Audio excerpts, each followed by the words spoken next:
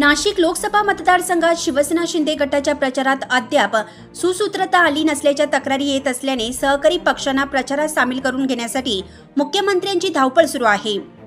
यातच उद्योजकांपासून तर शेतकरी आणि नागरिकांना आपलेसे करण्यासाठी मुख्यमंत्री एकनाथ शिंदे यांचे विशेष प्रयत्न सुरू असल्याचं दिसून येत आहे।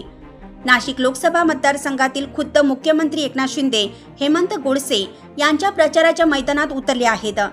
रविवारी सायंकाळच्या सुमारास सातपूर येथील हॉटेल BLVD येथे नाशिक औद्योगिक क्षेत्रातील उद्योजक यांच्या समवेत बैठक घेण्यात आली।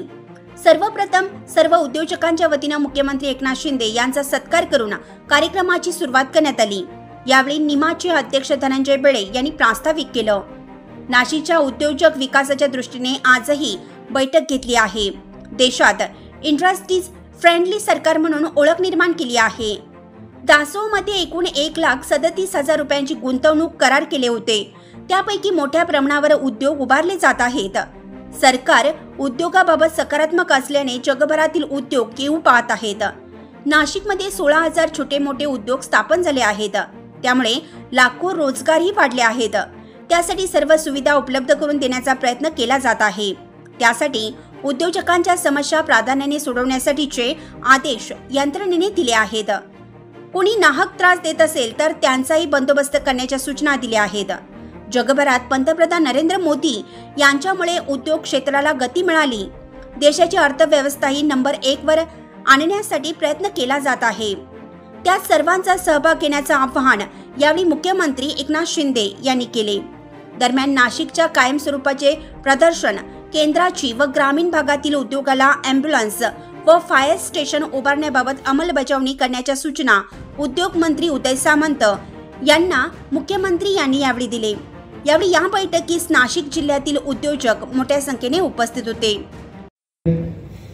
आणि ज्यांचं विशेष करून नाशिकवर खूप प्रेम आहे आणि गेल्या 2 वर्षांमध्ये ज्यांनी उद्योगाच्या प्रत्येक प्रश्नाला जातीने लक्ष देऊन आपल्या नाशिक जिल्ह्याच्या उद्योग नगरीचे अनेक प्रश्न मार्गी लावले असे आपले लाडके उद्योग मंत्री उदयजी सामंत सर, मी आपल्याला सांगू इच्छितो की 2013ला इलेक्ट्रिकल टेस्टिंग लॅबचं नाशिकमध्ये एक स्थापना झाली होती, जाहीर झालं CTRI ची, आणि अत्यंत उत्साहाने सुरू झालेली हिचं कामही पूर्ण झालेलं आहे। प्रशासनाच्या वेळेस आम्ही उद्योग मंत्री महोदयांच्या मागे लागून इलेक्ट्रॉनिक मॅन्युफॅक्चरिंग क्लस्टर हे नाशिकच्या पदरात पाडून घेतलं। त्याच्याबद्दल खरं तर त्यांचं जोरदार टाळ्या वाजवून आपण अभिनंदन केलं पाहिजे। त्याची गरज आहे आणि ती आपल्या माध्यमातून मिळेल अशी आम्हाला नक्कीच खात्री आहे।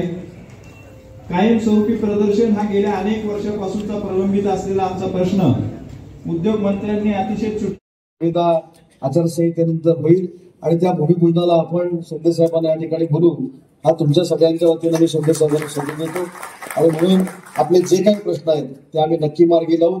अजून अडीअडचणी असतील तर आचारसंहितेनंतर पुन्हा एकदा उद्योग मंत्री म्हणून मी या संपूर्ण परिसरामध्ये येईन आणि तुम्हाला प्रामाणिकपणाचा न्याय देण्याचा प्रयत्न करेन, एवढाच शब्द देतो आणि थांबतो। जय धनंजय बेळे आणि सर्व मान्यवर आणि उपस्थित सर्व उद्योजक, वेळ बराच झालाय आणि आपण आपला अमूल्य वेळ आज या बैठकीसाठी काढला, त्याबद्दल मी मनापासून आपल्याला धन्यवाद देतो, आपले आभार मानतो। खरं म्हणजे अनेक मुद्द्यांना बेळे साहेबांनी स्पर्श केलेला आहे आणि त्याच्यावर उद्योग मंत्र्यांनी देखील सकारात्मक भूमिका घेतलेली आहे। यामध्ये आपले सरकार एक पॉझिटिव्ह आणि प्रॅक्टिकल सरकार आहे आणि आता आपण इंडस्ट्री फ्रेंडली स्टेट म्हणून आपली आता ओळख निर्माण होते आहे। तर मला आपल्याला सांगायला समाधान वाटेल की मी जेव्हा दावोसमध्ये पहिल्यांदा गेलो तेव्हा आपलं सरकार हार्डली नवीन होतं, पण नवीन असताना देखील उद्योजकांनी आपल्या महाराष्ट्राला पसंती दिली आणि 1 लाख हजारो लाखो लोक तिथं काम करतात। अनेक लोकांचे, लाखो लोकांचे कुटुंब, त्यांचा चरितार्थ चालतो। त्या ठिकाणी जे उद्योजक आहेत त्यांना शांतपणे घरी आपला उद्योग सुरू केल्यानंतर शांत झोप आली पाहिजे आणि अशा प्रकारचं वातावरण या ठिकाणी कोणीतरी आलाय, काहीतरी म्हणतोय, काहीतरी त्रास देतोय, काही माताडी बिताडींचा इकडे काही त्रास नाही ना. मी त्यांना सांगून ठेवलेलं आहे उद्योगमंत्र्यांना, म्हटलं बघा ज्याचा रोल आहे प्रामाणिक, ज्याला मेहनताना मिळाला पाहिजे ठीक आहे, परंतु त्रास देऊन, कोणाची गच्ची धरून, कोणाकडून पैसे कोणी काढत असेल तर त्याला आमचं सरकार बिलकुल माफ करणार नाही. कारण हे शेवटी आपण सरकार म्हणतो सर्वसामान्यांचं सरकार. आज आपल्या सरकार घरपट्टी मालमत्ता, आताच मी तिकडे भाषण करून आलो की घरपट्टीचा आपण निर्णय घेतलेला आहे, अंमलबजावणी तात्काळ करून टाकू, तो एक तुम्हाला मोठा दिलासा मिळेल.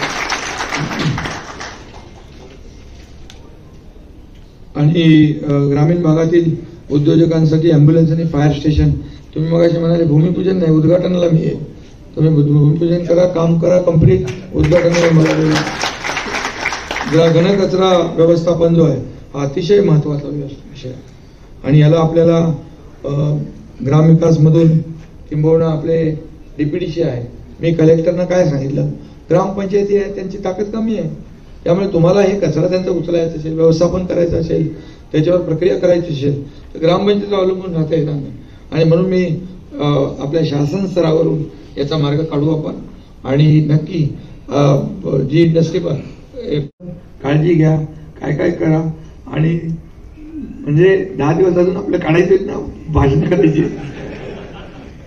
तर म्हणजे एवढे मोठे आपले देशाचे प्रधानमंत्री एका कार्यकर्त्याची देखील दखल घेतात, हे महत्वाचं आहे. आणि असा प्रधानमंत्री आपल्या देशाला लाभलेले आहे, हे आपल्या सगळ्यांसाठी अभिमानाची बाब आहे, गर्वाची बाब आहे. कारण या प्रधानमंत्री महोदयांनी, मोदीजींनी 10 वर्षात एकही सुट्टी नाही घेतली. 24 तास देशाचा विचार, 24 तास देशाचा विकास, 24 तास देशाची सेवा, हे सगळं जे आहे. मी आता त्यांच्या सोबत आहे म्हणून बोलत नाही, पण मला तो माणूस आवडतो, मी त्यांच्यावर खूप प्रेम करतो. असा प्रधानमंत्री मी कधी बघितलाच नाही. आणि म्हणून देशाला जर महासत्तेकडे न्यायचं, 11व्या नंबरवरून अर्थव्यवस्था आपली 5व्यावर आणली, 3ऱ्यावर आणण्याचा आपला निर्धार आहे. जर जगभरातल्या अनेक देशांची अर्थव्यवस्था डबघाईला आलेली असताना आपली अर्थव्यवस्था मजबूत नाही, टिकवणंच नाही तर ती आणखी वाढवणं, हे देखील मोठं कौशल्य आहे. 20 तारखेच्या आमच्या याच्यामध्ये तुमचा मोठा सहभाग असू द्या, सहकार्य असू द्या. बाकी 24 तास आम्ही पुढचे आपल्या सोबत आहोत, कुठली अडचण येणार नाही ही खात्री मुख्यमंत्री म्हणून मी आपल्याला द्यायला आलोय.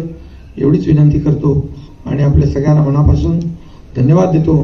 कारण शेवटी आपण आपल्याही सगळ्या आपलं शेड्यूल असतं, आपल्या बैठका असतात, आपल्या सर्व जे काही ठरलेल्या कामातून, व्यस्त वेळेतून आपण आजच्या या बैठकीसाठी वेळ काढला, त्याबद्दल देखील आपल्याला मी मनापासून धन्यवाद देतो, आपले आभार मानतो आणि मनापासून आपल्याला सगळ्यांना शुभेच्छा देतो.